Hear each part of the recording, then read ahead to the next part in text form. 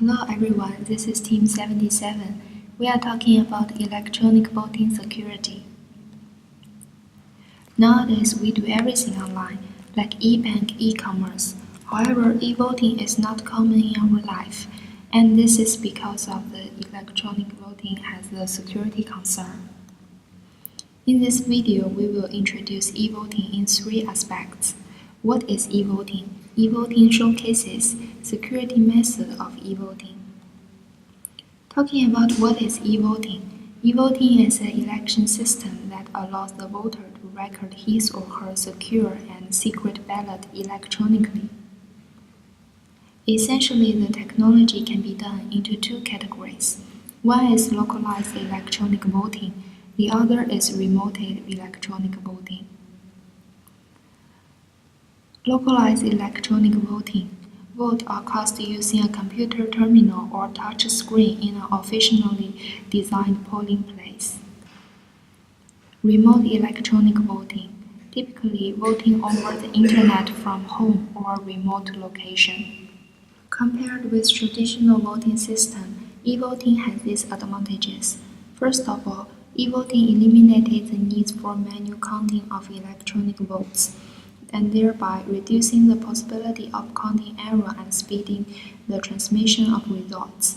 Then, it effectively eliminated unintentional voter errors, which has reduced the number of informal votes.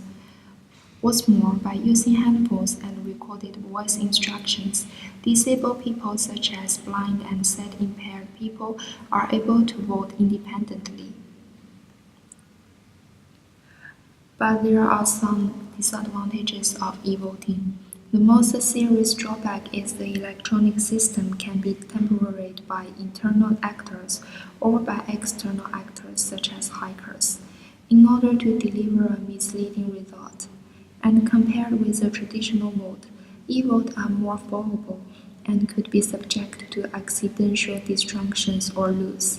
And also, perceptions of fraud can undermine the perceived legitimacy of outcome, and these perceptions are as demanding as actual tampering. There are three steps of e-voting: casting, verification, and tabulation. There are 5 requirements of these steps. Security means the voting result cannot be changed. Verifiability means voter can know that their vote has been validly calculated. Privacy means no one can know who you vote for. Transparency means you are able to know everything about the voting system.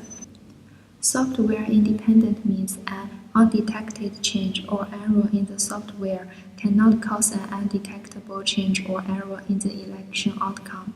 Thank you, Sirwan. I'm Yiding. I will talk about the e-voting system showcase in 3 different areas. They are Estonia, Europe, New South Wales, Australia, and Victoria, Australia.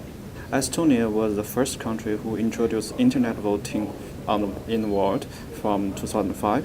And by 2017, they have 31% of its ballot is cast online, and they are the country who use internet voting largely on the binding political elections, and their source code is partially open to the public. The key technology they used is public key cryptography and double envelope ballot method, which means the vote will be first encrypted by the election public key, and then the voter will assign their vote using their digital signature.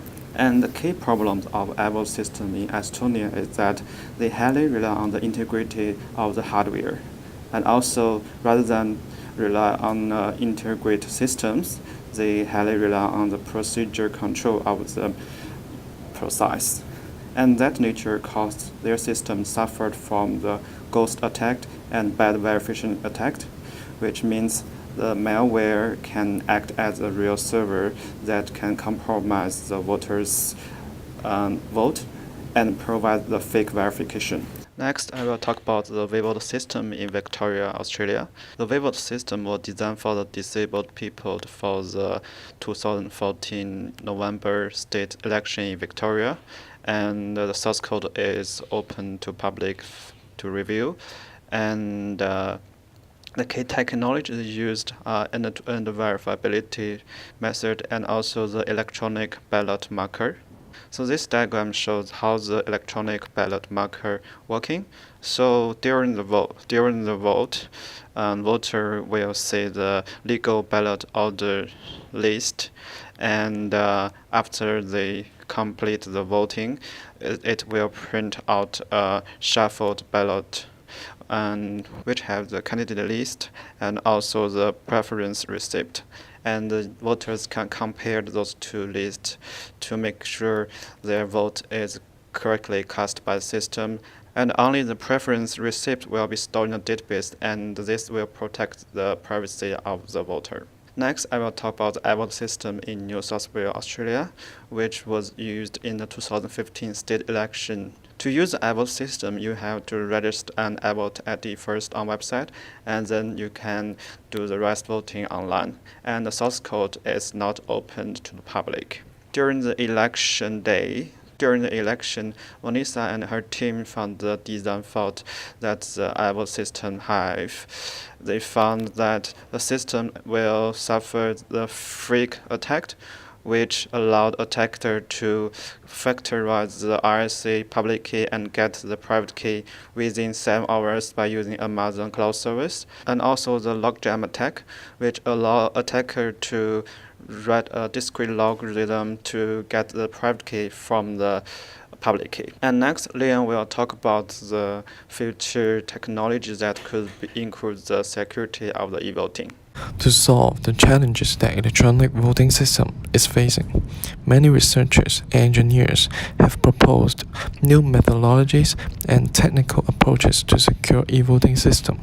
One of the most popular research directions is utilizing blockchain technology to e-voting system.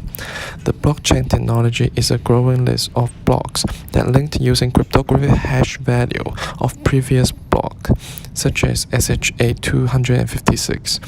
This characteristics allows a blockchain to resist modification of the data of each blocks. In e-voting system, private information of each voter and their choice can be stored in each block, and it is hard to be accessed illegally or modified. Also, a blockchain database is managed autonomously using a P2P network in a distributed timestamping server. It provides better transparency. Another alternative methodology is micro-hash tree. It is a hash tree that each leaf node is labeled with the hash of a data block, and all non-leaf nodes are marked with the cryptographic hash value of the label of its child nodes. Hash tree enables secure verification of the data of huge data structures. Figure 1 shows the structure of a hash tree. Micro-hash tree has similar functionality comparing to blockchain. It can be used in storing and securing the information of voter and their choice. Periodically, perhaps once an hour, the server appends all of its new acquired certificates to the tree. It does this by creating a separate micro-tree hash with the newly acquired certificates, which is hash value of leaves, and merge the old tree with separate tree by calculating the new root of the new micro-tree hash. With all these methods, both of them have the advantage to increase the transparency of e-voting system, and also they secure the data of each block and provide the voter data been leaked. This increases the data privacy. However, each of them has their own potential threats. In blockchain, it has famous 51% attack in blockchain, and also rewrite history attack in blockchain is possible. If the attacker has majority of computing power, blockchain is theoretically breakable. And in hash tree, as hash root does not indicate the tree depth, enabling a second pre-image attack in which an attacker creates a document other than the original that has the same macro hash root is possible. Both methods has its own limitation. Neither of them are able to avoid network attack. Attacker can utilize the data transmission and modify the data during the network. Therefore, more future research is needed in this direction.